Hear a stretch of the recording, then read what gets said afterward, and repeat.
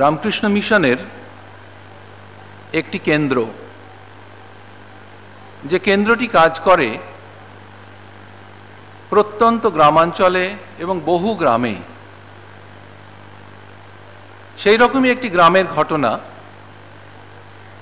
এমন গ্রাম যে গ্রামেতে কোনো স্কুল নেই। একদিন গ্রামের মানুষ সব একসঙ্গে বসেছেন, আমাদের প্রতিনিধিও ছিলেন।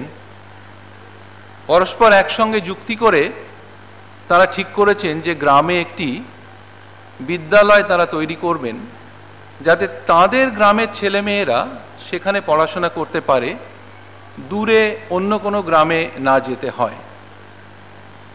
কিন্তু তারা একটি কন্ডিশন নিজেদের মধ্যে করেছেন, সেটি হচ্ছে এই বিদ্যালয় তৈরির জন্য যা খরচ হবে সেটি আমরা গ্রামবাসীরাই দেব, বাইরের কোনো ব্যক্তির থেকে আমরা টাকা পয়সা নেব না। এবং সেই মতো ঠিক হলো যে প্রত্যেক বাড়িতে যাওয়া হবে, তাদের বলা হবে, তাদের বোঝানো হবে, যে জিনিস দিতে পারবেন, টাকা পয়সা যদি নাও দিতে পারেন, যদি কারোর বাগানে কিছু খেতে সবজি হয়েছে তাও যদি তারা দিতে পারেন, তাহলে আমরা তাই নেব এবং নিয়ে বাজারে বিক্রি করে যে পয়সা আমরা পাবো সেটি তার নামে আমরা জমা করব। এইভাবে তারা কাজ করছেন 2-4 দিন ধরে। একদিনের ঘটনা, এই যে কালেকশন করে সেই দলটি ঘুরতে ঘুরতে একটি বাড়িতে এসেছে, হতদরিদ্র বাড়ি। দেখছেন এক মহিলা, বিধবা মহিলা বসে আছেন। তিনি একটি কলাইয়ের থালাতে কতগুলো চাল বাচ্ছেন। তো এই যে দলটি তার কাছে গেল, গিয়ে তাকে বলছে তারা কি কারণে এসেছেন এই বাড়িতে। তাকে বুঝিয়ে বলার পরে সেই মহিলা বলছেন, বাবা, আমি একজন দিনমজুর, আমার 2টি ছেলে আছে, বাচ্চা, তাদের নিয়ে আমি থাকি।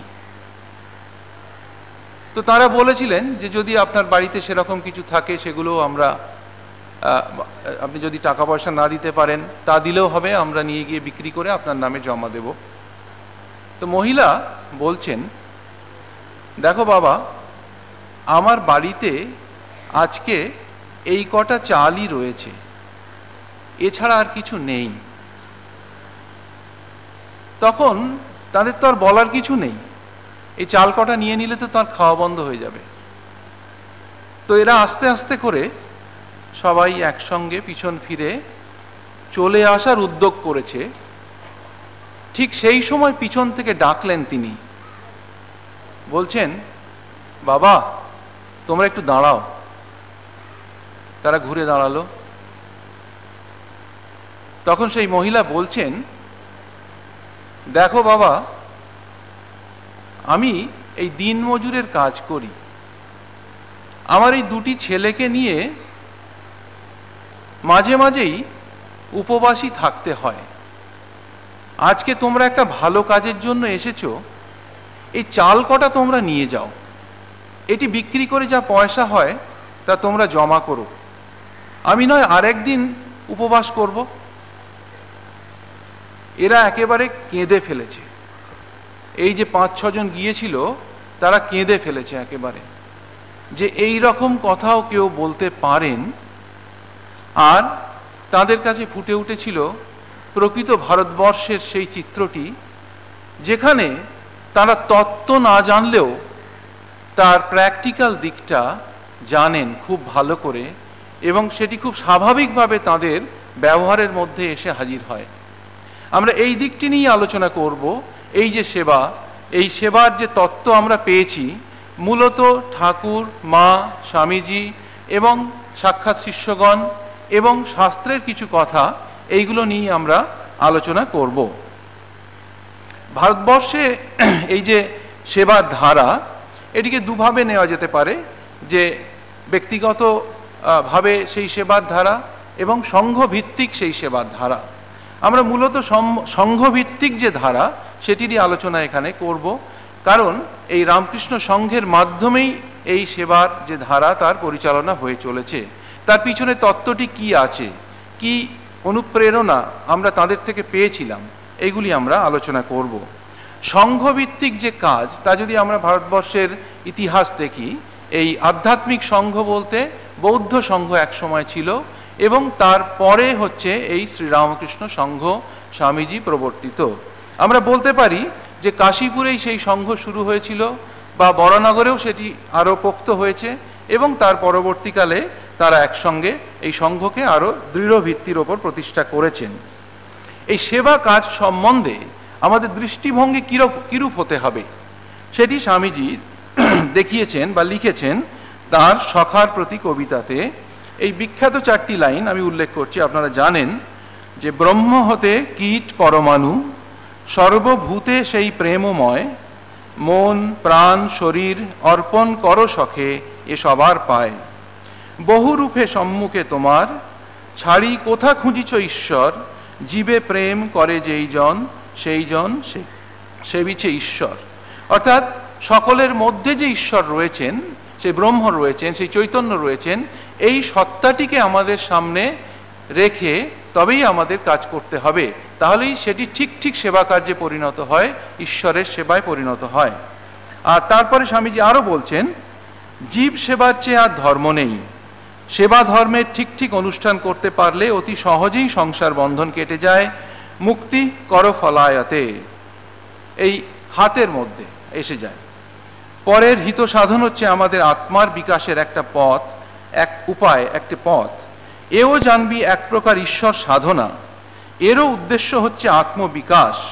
জ্ঞান ভক্তি প্রভৃতি সাধনা দ্বারা যেমন আত্মবিকাশ হয়, পরার্থে কর্মর দ্বারাও ঠিক তাই হয়।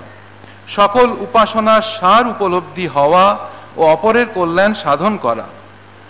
সকল উপাসনার সার চিত্তশুদ্ধি হওয়া ও অপরের কল্যাণ সাধন করা। দরিদ্র দুর্বল রোগী সকলের মধ্যে যিনি শিব দর্শন করেন তিনিই যথার্থ শিবের উপাসনা করেন। আর যে ব্যক্তি কেবল প্রতিমার মধ্যে শিবের উপাসনা করে, সে ব্যক্তি অপেক্ষা যে জাতি ধর্ম নির্বিশেষে একটিমাত্র দরিদ্রকেও শিব বোধে সেবা করে, তাহার প্রতি শিব অধিকতর প্রসন্ন হন। যিনি শিবের সেবা করিতে ইচ্ছা করেন, তাহাকে শিবের সন্তানগণের সেবা সর্বাগ্রে করিতে হইবে, জগতের জীবগণের সেবা আগে করিতে হইবে। এবারে আমরা দেখব সেই তত্ত্বটি কি, কার থেকে পাওয়া গিয়েছিল, কোথায় তার ব্যবহার হয়েছে এবং ব্যাখ্যা কে করেছেন। তত্ত্বটির আলোচনায় আমি পরে আসছি। তত্ত্ব, এই যে সেবার তত্ত্বটি কিন্তু আমরা পেয়েছি শ্রী শ্রী ঠাকুরের থেকে কাশীপুরে এবং দক্ষিণেশ্বরে, ভুল বলছি, দক্ষিণেশ্বরে। সেটি কি ঘটনাটি আমি পরে আসছি। কাজেই তত্ত্ব দাতা হলেন, এই সেবার তত্ত্বের দাতা হলেন শ্রীরামকৃষ্ণ, যার থেকে আমরা পেয়েছি। আর ব্যবহার ঠাকুরের জীবনে, মায়ের জীবনে, দুজনের জীবনেই আমরা অনেক ঘটনা পাই। আর তত্ত্বের ব্যাখ্যাটি করেছেন স্বয়ং স্বামীজি নিজেই। আমরা কিছুটা সেই আইডিয়া পেয়েছি একটু আগেই। ঠাকুর কোথায় ব্যবহার করেছেন, তত্ত্ব হিসাবে এটি প্রতিষ্ঠিত হবার আগেই এই তত্ত্বের ব্যবহার হয়েছে। কোথায় হয়েছে আপনাদের সবাই মনে আছে, ঠাকুরের জীবনী আপনারা পাঠ করেছেন। সেই বারাণসী ভ্রমণের সময় যখন দেওঘরের সেই জমিদারিতে তারা গেছেন, বললেন এদের সেবা করতে হবে, এদের সেবা না করলে আমি যাব না এখান থেকে। মথুরবাবু বলছিলেন অনেক খরচ আছে ইত্যাদি ইত্যাদি। তো ঠাকুর বললেন তাহলে এদের মধ্যেই আমি থাকবো, ওকে বাধ্য করলেন সেই সেবা করার জন্য। তেমনি কলাইঘাটায় আর একটা জমিদারি ছিল, সেখানেও এই সেবা ঠাকুর করিয়েছেন তাকে দিয়ে। মায়ের জীবনে আমরা দেখতে পাই, তিনি যখন বাচ্চা মেয়ে সেই জয়রামবাটিতে তিনি সেবা করছেন, দুর্ভিক্ষ এসেছে, খিচুড়ি দেয়া হচ্ছে, মা পাখা দিয়ে হাওয়া করছেন, ওইটুকখানি বাচ্চা মেয়ে। তখন তো তত্ত্বের কিছুই জানেন না, কিন্তু সেই তত্ত্ব স্ফুরিত হচ্ছে, প্র্যাকটিক্যাল একবারে ঘটে যাচ্ছে। আর স্বামীজির জীবনে কি দেখতে পাই, তখন বাচ্চা ছেলে, তত্ত্বের কোনো প্রশ্নই নেই, ঘরে বন্ধ করে রেখে দিয়েছেন দুরন্তপনা করার জন্য, কিন্তু জানালা দিয়ে ভিখারি এলে ফেলে দিচ্ছেন, দিয়ে দিচ্ছেন। কোথা থেকে এলো সেই ভাবটি? ও তত্ত্ব ভিতরে বসেই ছিল, সেইটি তার মধ্যে দিয়ে প্রকাশ হচ্ছিল। আর এইবারে তত্ত্ব প্রাপ্তি কি করে হলো, এইটি আমাদের শরৎ মহারাজ খুব সুন্দর লিখেছেন শ্রীরামকৃষ্ণ লীলা প্রসঙ্গে। সেখান থেকে জায়গায় জায়গায় আমি আপনাদের শোনাচ্ছি। ঘটনাটি 1884 খ্রিস্টাব্দের কোনো সময়ে আমাদিগের জনৈক বন্ধু দক্ষিণেশ্বরে উপস্থিত হইয়া দেখিলেন ঠাকুর গৃহ মধ্যে ভক্ত পরিবৃত হইয়া বসিয়া আছেন। শ্রীযুত নরেন্দ্র সেখানে উপস্থিত। কথা প্রসঙ্গে বৈষ্ণব ধর্মের কথা উঠিল এবং ওই মতের সারমর্ম সমবেত সকলকে সংক্ষেপে বুঝাইয়া তিনি বলিলেন, তিনটি বিষয় পালন করিতে নিরন্তর যত্নবান থাকিতে ওই মতে উপদেশ করে, নামে রুচি, জীবে দয়া, বৈষ্ণব পূজন। বলে তারপরে ব্যাখ্যাও করে দিচ্ছেন, যেই নাম সেই ঈশ্বর, নাম নামী অভেদ জানিয়া সর্বদা অনুরাগের সহিত নাম করিবে। ভক্ত ও ভগবান, কৃষ্ণ ও বৈষ্ণব অভেদ জানিয়া সর্বদা সাধু ভক্তদিগে শ্রদ্ধা, পূজা ও বন্দনা করিবে এবং কৃষ্ণেরই জগৎ সংসার একথা হৃদয়ে ধারণা করিয়া সর্বজীবে দয়া প্রকাশ করিবে। ব্র্যাকেটে আছে, আর বলতে পারেননি। তারপরে বলছেন, সর্বজীবে দয়া পর্যন্ত বলিয়াই তিনি সহসা সমাধিস্থ হইয়া পড়িলেন। কতক্ষণ পরে অর্ধবাহ্য দশায় উপস্থিত হইয়া বলিতে লাগিলেন, জীবে দয়া, জীবে দয়া, দূর শালা, কীটানুকীট তুই জীবকে দয়া করবি? দয়া করবার তুই কে? না না, জীবে দয়া নয়, শিবজ্ঞানে জীব সেবা। এই মূল ঘটনাটি, এইখানেই সেই তত্ত্ব পাওয়া গেল। আর শরৎ মহারাজ লিখছেন, ভাবাবিষ্ট ঠাকুরের ওই কথা সকলে শুনিয়া যাইল বটে, কিন্তু উহার গূঢ় মর্ম কেহই তখন বুঝিতে ও ধারণা করিতে পারিল না। একমাত্র নরেন্দ্রনাথই সেদিন ঠাকুরের ভাবভঙ্গের পরে বাহিরে আসিয়া বলিলেন, কি অদ্ভুত আলোকই আজ ঠাকুরের কথায় দেখিতে পাইলাম।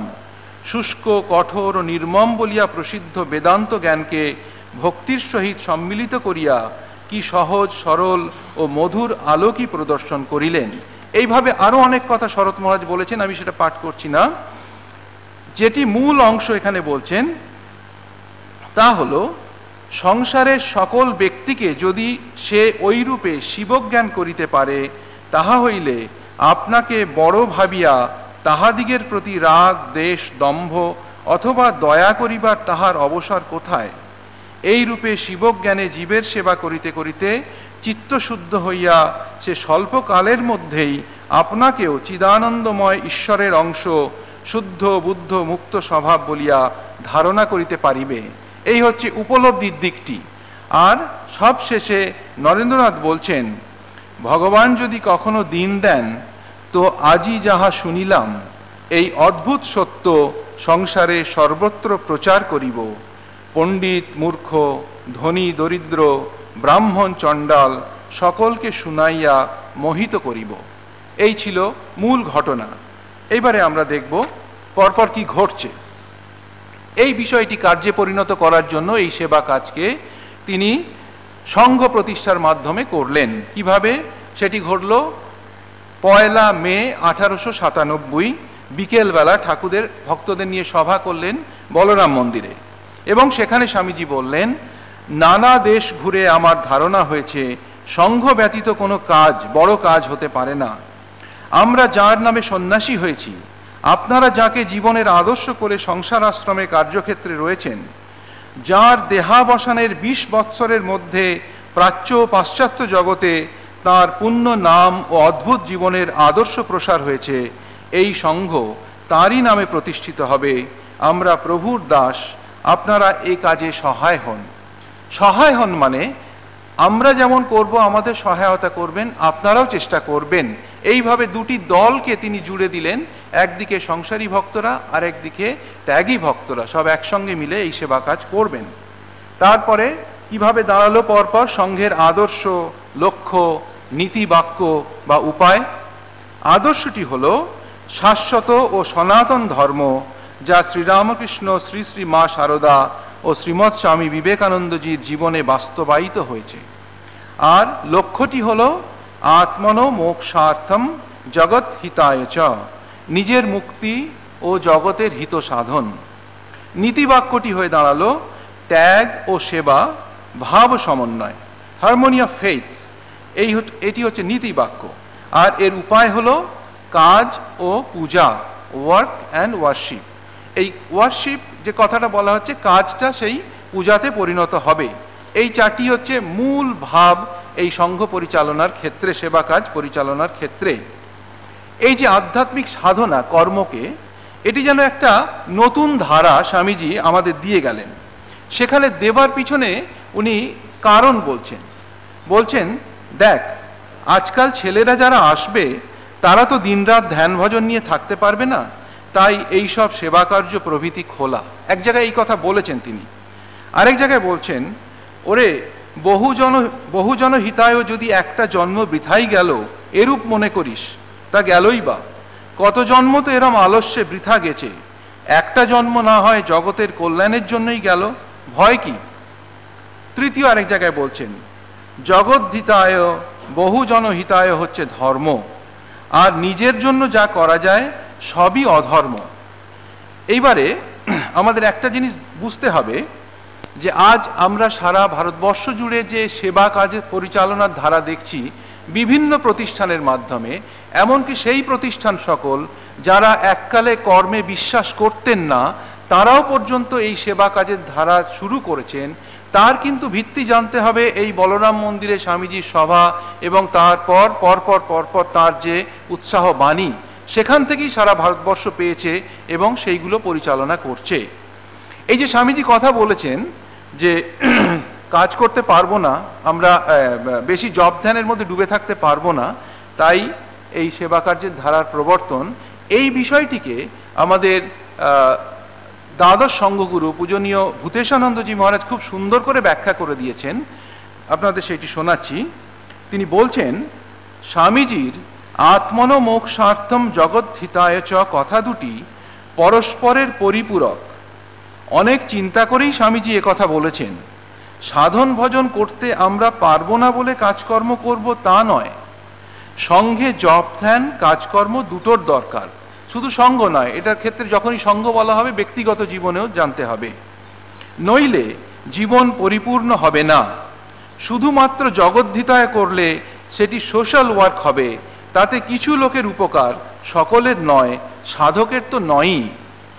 আর শুধু মোক্ষার্থম স্বার্থপরতায় পর্যবসিত হবে। তাই যে কোনো একটা করলে উদ্দেশ্য সিদ্ধ হবে না। আর এই দুটো সম্পর্কেই চেতনা দরকার। জপ ধ্যান কাজকর্ম দুটোর ভিতর একটা মিল থাকা দরকার। এই দুটিই আমাদের জীবনের পরিপূরক স্বরূপ হবে, এটি স্বামী ভূতেশানন্দজি মহারাজ খুব পরিষ্কার করে বলেছেন। তার জন্য কি দরকার? আমাদের শুদ্ধ সত্যগুণে পৌঁছতে হবে। কিভাবে? ঠাকুর বলছেন, তমগুণ থেকে রজগুণ, রজগুণ থেকে সত্যগুণ, সত্যগুণ থেকে শুদ্ধ সত্যগুণ, তবে আমরা ঠিক ফাইনাল যে গোল বা লক্ষ্য তাতে পৌঁছতে পারবো। ঠাকুর বলছেন কি জানো, রজগুণ না গেলে, শুদ্ধ সত্য না এলে ভগবানেতে মন স্থির হয় না, তার উপর ভালোবাসা আসে না, তাকে লাভ করা যায় না। স্বামীজি একবার যখন পাহাড়ে ঘুরে বেড়াচ্ছেন পরিব্রাজক জীবনে, তখন দেখলেন এক জায়গায় এক সাধু কম্বল মুড়ি দিয়ে বসে ধ্যান করার চেষ্টা করছে, কিন্তু তার খুব জোরে নাক ডাকছে। তো স্বামীজি তখন নিজের মনে বলছেন, ওকে ধাক্কা দিয়ে তুলে দিয়ে লাঙ্গল জুড়ে দিতে হবে, অর্থাৎ ওখান থেকে তাকে কর্মের মধ্যে ফেলতে হবে, রজগুণের যে প্রবৃত্তি তার মধ্যে আসতে দিতে হবে। স্বামীজি তারপরে বলছেন, সারা দেশটা তমগুণে ডুবে আছে, আর দেখতে হয়েছে সত্যগুণী মানুষের মতো। ধীরে ধীরে রজগুণের সাহায্যে ভালো কাজ করতে করতে সত্যগুণ জাগরিত হবে। এই নির্দেশ আমরা বিবেক চূড়ামণি গ্রন্থেও পাই। সেখানে বলা হচ্ছে, তমগুণ রজ ও সত্যগুণ দ্বারা, রজগুণ সত্যগুণের দ্বারা, এবং সত্যগুণ শুদ্ধ সত্যগুণের বৃদ্ধির ফলে নষ্ট হয়ে যায়। অতএব সত্যগুণকে আশ্রয় করে অধ্যাস নাশে যত্নপর হও। পরপর একটির পর একটি স্টেপ। একটি ঘটনা আমরা পাই, শ্রী শ্রী মা কিভাবে এই সেবা কাজের ধারাকে আমাদের সামনে উপস্থাপিত করছেন। এখানে এক তার নিজেরই সন্তান, তারই সন্দেহ হয়েছে। তিনি হচ্ছেন স্বামী অরূপানন্দজি, রাসবিহারী মহারাজ, তার সেবক ছিলেন। তার সঙ্গে কথোপকথন। তিনি বলছেন, রাসবিহারী মহারাজ মাকে বলছেন, মা, আমার কি জীবন এইভাবেই যাবে? এই বাড়ি তৈরি করা, বাজার করা, হিসাব লেখা, এসব করে কি হবে আমার? মা বলছেন, তা বাবা আর কি করবে বলো? এবার যে এসব করেই তাকে লাভ করার পথ করে দিয়ে গেছেন স্বামীজি। নিষ্কামভাবে তার উপাসনা ভেবে এসব কাজ করলেই মুক্তি হয়ে যাবে। মা বললেন, তাহলে দুটি বিষয়ের অনুমোদন তিনি করলেন। একটি বিষয় হচ্ছে সাধন সংক্রান্ত যে সন্দেহ সেটি দূর করলেন, এই কাজ কর্ম যা কিছু করি এটি আমাদের সাধনার অঙ্গ। আর দ্বিতীয় বললেন, স্বামীজি যে এইটি প্রবর্তন করেছেন সেই পথের অনুমোদন করে দিলেন মা। এরপরে মা বলছেন, পাহাড়ে জঙ্গলে গিয়ে চোখ বুঝলেই কি তিনি এসে যাবেন তোমার সামনে? তার চেয়ে নরেন এই যে ব্যবস্থা করেছে এর কি তুলনা আছে? শুধু তার কাজ ভেবে, তার সেবা ভেবে কাজ করা। তাহলে এখানে তৃতীয় আরেকটি কথা ঠিক করে দিলেন যে আমাদের মানসিক অবস্থাটি কি হতে হবে। তার কাজ ভেবে, তার সেবা ভেবে, আমার কাজ নয়, এটি প্রভুর কাজ, এইটি ভেবে যিনি করবেন তিনি ঠিক ঠিক সেবা কাজটি করতে পারবেন। এই সেবার যে পরিকাঠামো সেটি স্বামীজি তার কথার মধ্যে খুব সুন্দরভাবে উল্লেখ করেছেন।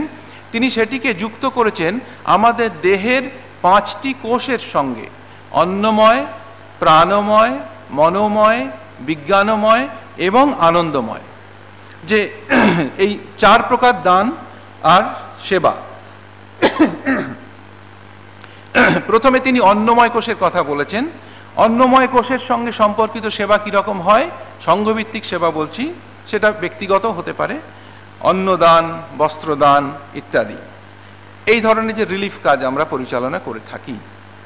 তারপরে প্রাণময়, যে প্রাণময়, প্রাণ, অপান ইত্যাদি, সেই কোষের যে সেবা, প্রাণ দান। কিভাবে প্রাণ দান? আমাদের যে মেডিকেল সার্ভিসেস, যে চিকিৎসা সেবা হয় তার মাধ্যমে এটি হচ্ছে। তারপরে বলছেন মনোময় ও বিজ্ঞানময় কোষের যে সেবা, সেটি কিসের দ্বারা হচ্ছে? এই যে শিক্ষা সেবা, বিভিন্ন শিক্ষা প্রতিষ্ঠানগুলি চলছে, সে আজ তো কেজি থেকে পিএইচডি পর্যন্ত আমাদের বিভিন্ন প্রতিষ্ঠানে হচ্ছে। তো সেই যে শিক্ষাদান, এডুকেশনাল ওয়ার্ক, সেটি হচ্ছে এই মনোময় এবং বিজ্ঞানময় কোষের সেবা। আর আনন্দময় কোষ একেবারে গভীরে, তার সেবা কোথায় হচ্ছে? আধ্যাত্মিক জ্ঞান দান। এই যে আমরা গুরুর কাছে এসে দীক্ষা নিচ্ছি, বা আমরা বিভিন্ন রকমের পুস্তিকা বা পুস্তক বা বইগুলি কিনছি, পাঠ করছি, এই যে সেবা, এই আনন্দময় কোষের সেবা। খুব সুন্দর একটি ঘটনা পাওয়া যায় এই বেলুর মঠে দুর্গাপূজার ঘটনা। যে সময় শ্রী শ্রী মা এসেছিলেন এখানে, 1916 সালের ঘটনা। এই পিছনেই লেগেট হাউস আছে, সেইখানে মা ছিলেন। অষ্টমীর দিন সকালে, তখন দুর্গাপূজা হতো এই চত্বরেই, অষ্টমীর দিন সকালে তিনি প্রতিমা দর্শন করতে এসে মঠের রান্নাঘরে ওদিকে ঘুরে দেখছেন, যেখানে রান্না হচ্ছে। সেখানে সন্ন্যাসী ব্রহ্মচারীরা বসে বসে তরকারি কাটছেন, কুটনো কুটছেন, আমাদের চলতি ভাষায় বলা হয়। তা দেখে শ্রী শ্রী মা হাসি মুখে বলছেন, ছেলেরা তো বেশ কুটনো কাটে। একজন সন্ন্যাসী তখন খুব সসম্ভ্রমে তাকে বলছেন, খুব গুরুত্বপূর্ণ কথা, ব্রহ্মময়ীর ব্র্যাকেটে আছে, অর্থাৎ শ্রী শ্রী মায়ের প্রসন্নতা লাভই উদ্দেশ্য, তা সাধন ভজন করেই হোক কি কুটনোকুটেই হোক। সে কথা শুনে মা হাসতে হাসতে চলে গেলেন। তার হাসিতে যেন আশীর্বাদ ধারা ঝরে পড়ল, এটি লেখা আছে। তো এই আসল কথা, ওই যে কাজটি করা হচ্ছে সেটি শ্রী শ্রী মায়ের কাজ বলেই করা হচ্ছে, এইভাবে তারা করছেন। এবারে আমরা দেখব যে আমাদের দৈনন্দিন জীবনে এই যে কাজ, আমাদের দৈনন্দিন জীবনের কাজকে কিভাবে সেই সেবা কাজ হিসাবে ধরা যেতে পারে। তার জন্য আমাদের সিস্টার নিবেদিতার ওই স্বামীজির কমপ্লিট ওয়ার্কসের যে বাণীয় রচনা শুরুতে যে তার লেখা রয়েছে, ইন্ট্রোডাকশন, তাতে তিনি বলছেন একটি জায়গায় বিশ্লেষণ করে, বহু এবং এক যদি যথার্থই এক সত্তা হয়, তাহা হইলে শুধু সকল উপাসনা পদ্ধতিই নয়, সমভাবে সকল কর্মপদ্ধতি, সকল প্রকার প্রচেষ্টা, সকল প্রকার সৃষ্টি কর্মই সত্য উপলব্ধির পন্থা। তাহা হইলে আধ্যাত্মিক ও লৌকিক এই ভেদ আর থাকিতে পারে না। কায়িক পরিশ্রম করাই প্রার্থনা, জয় করাই ত্যাগ করা, সমগ্র জীবনই ধর্মকার্য হইয়া যায়। যোগ ও ক্ষেম ত্যাগ ও বর্জনের মতোই দায়ের স্বরূপ। তাহলে আমাদের দৈনন্দিন জীবনের যে ঘটনাগুলি, সেগুলিকে আরও সম্প্রসারিত করে বলা যায় সেই ধারণাকে, যে আমরা দৈনন্দিন জীবনে, যে সংসার জীবনে হোক বা অফিস জীবনে হোক, কিছু না কিছু মানুষের সঙ্গে যুক্ত হয়ে আছি, যাদের সঙ্গে আমাদের কাজ করতে হচ্ছে। আমাদের প্রতিটি কাজের সঙ্গেই সেই এক একজন ব্যক্তি যুক্ত হয়ে আছেন, যেন আমাদের মাধ্যমে প্রত্যেকের কিছু না কিছু সেবা হয়ে যাচ্ছে। আর আমরা যদি সেটি ভাবতে পারি প্রত্যেকের মধ্যেই সেই ঈশ্বরের অবস্থান রয়েছেন এবং আমরা সেই সেবা কাজটি পরিচালনা করছি, তাহলে আমাদের দৈনন্দিন জীবনের কাজটিও সেবা কাজে পরিণত হয়। আমরা বাজার করতে যাচ্ছি, আমরা রান্না করছি, আমরা ছেলে মেয়ের সেবা করছি, স্বামী সেবা করছি, স্ত্রীর সেবা করছি, যাই করি না কেন এই সবটাই কিন্তু সেবা কাজে পরিণত হয়ে যায়, যেহেতু প্রত্যেকের মধ্যেই সেই ঈশ্বরের অবস্থান রয়েছে। এইভাবে আমরা আরও এটিকে বিস্তারিত ব্যাখ্যা করে বলতে পারি। তো শেষ পর্যন্ত কি দাঁড়ায়? স্বামীজি বলছেন আত্মসেবা, পরসেবা, আমরা অন্যের যে সেবা করার চেষ্টা করি তাতে আমরা নিজেদেরই সেবা করি। জগতের উপকার করিতে গিয়া প্রকৃতপক্ষে আমাদের নিজেদেরই উপকার করিয়া থাকি। অপরের জন্য আমরা যে কার্য করি তাহার মুখ্য ফল আমাদের আত্মশুদ্ধি। পরোপকারমূলক প্রতিটি কার্য, সহানুভূতিমূলক প্রতিটি চিন্তা, অপরকে আমরা যেটুকু সাহায্য করি এরূপ প্রত্যেকটি সৎকার্য আমাদের ক্ষুদ্র আমির গরিমা কমাইতেছে। দুটি ছোট্ট ঘটনা বলে শেষ করব। তার আগে স্বামী ব্রহ্মানন্দ মহারাজের একটি ছোট্ট কথা শোনাচ্ছি। আরও অনেক ছিল যেগুলি আমি এখন বলতে পারবো না, আমার আলো দেখিয়ে দিয়েছে। দেখ বাবা, তোকে বক্তৃতা এবং রিলিফের কাজে যেতে হয়। কাউকে কখনো কোনো জিনিস দিয়ে অপমান করিস না। হেলায় কাউকে কিছু দিবি না, দেবার মতো দিবি। মহারাজ অঞ্জলি দেবার মতো দেখিয়ে দিলেন, তাতে ফল কি হবে জানিস? তোর চিত্ত শুদ্ধি হবে, আর যে নেবে তারও মনে লাগবে না। দেব মানে ছুঁড়ে নয়, অহংকার প্রকাশ করে নয়, যে তারা আমাদের সুযোগ দিয়েছে, তার যা আমাদের ধন্য করছে তারা এই সেবা করার সুযোগ দিয়ে, এই ভাবটি রেখে আমরা দেব। আর সবশেষে আমি এই যে সেবা ভেবে কাজ করা, দুটি ছোট্ট ঘটনা কিন্তু অসাধারণ ঘটনা, ওই কুটনকোটারি ঘটনা একটি বলছি আপনাদের। সেটি হচ্ছে মুখে মুখে শোনা ঘটনা এগুলো। প্রথম ঘটনাটি স্বামী শুদ্ধাত্মানন্দজি, দেবেশ মহারাজ বলে মায়ের একজন শিষ্য ছিলেন, তার ঘটনা। তিনি যখন এখানে সাধু হতে এসেছেন, তিনি বলছেন তারও কাজ ছিল এই বেলুর মঠে তরকারি কাটা। বলছেন যে আমরা ঠাকুরের নাম স্মরণ করতে করতে সেই তরকারি কাটতাম, এবং যখন আমাদের তরকারি কাটা শেষ হয়ে যেত তখন মনটা এমন রাজ্যে থাকতো, অন্তত 2 ঘন্টা ধ্যান না করলে সেই জায়গা থেকে নেমে আসতে পারতাম না। তরকারি কাটা তার মনকে ওই জায়গায় তুলে দিত বলছেন। দ্বিতীয় আরেকটি ঘটনা দেখুন, কি মানসিক দৃষ্টি তাদের থাকে, কোথায় তারা নিয়ে গেছেন সেবা কাজকে। আপনারা অনেকে হয়তো তাকে দেখেছেন, অনেকে নাম শুনেছেন। এই যে বিশাল হসপিটাল এখন কলকাতায় রামকৃষ্ণ মিশন সেবা প্রতিষ্ঠান, সেটি শুরু হয়েছিল রামকৃষ্ণ মিশন শিশু মঙ্গল বলে, অর্থাৎ ম্যাটারনিটি হোম। তো সেইটির প্রতিষ্ঠাতা স্বামী দয়ানন্দজি মহারাজ, তিনিও শ্রী শ্রী মায়ের শিষ্য। ঘটনাটি এরূপ, তিনি যেমন হসপিটাল পরিদর্শন করেন, তার যে প্রিন্সিপাল তিনিও সেই রকম অধ্যক্ষ হিসেবে হসপিটালের বিভিন্ন ওয়ার্ড ঘুরে দেখতেন বা দেখেছেন। একদিন তিনি সেই রকম ঘুরে দেখতে দেখতে তিনি যে ম্যাটারনিটি ওয়ার্ড সেখানে ঢুকেছেন এবং ঢুকে লেবার রুমে পর্যন্ত গেছেন, সেই জায়গাটা ঠিক ঠিক আছে কিনা সেই সমস্ত দেখার জন্য। দেখার পরে তিনি যখন বেরিয়ে এসেছেন তখন নাকি তার সঙ্গে, হতে পারে তার কেউ সেবক কম বয়সী, তিনি তাকে জিজ্ঞাসা করলেন, মহারাজ আপনি লেবার রুমে ঢুকেছেন, যেমন আমাদের বিশ্বাস সাধারণভাবে, আপনি স্নান করবেন না? তখন নাকি মহারাজ খুব গম্ভীর হয়ে গেলেন এবং তাকে বললেন, তুমি যখন তোমার ঠাকুর ঘর থেকে বেরিয়ে আসো, তুমি কি নিজেকে স্নান করে শুদ্ধ করার চেষ্টা করো? বোঝা গেল কিছু? ঠিক এই হবে আমাদের ভাব, এই হবে আমাদের ফাইনাল গোল। সেই জন্যেই আমাদের ঠাকুর, মা এবং স্বামীজির এই ভাব ধরতে হবে এবং চেষ্টা করতে হবে যতদূর সম্ভব। আমি সকল গুরুজন পদে প্রণাম জানাচ্ছি এবং অন্যান্য সবাইকে সশ্রদ্ধ নমস্কার জানাচ্ছি। ওম শ্রীরামকৃষ্ণার্পণমস্তু।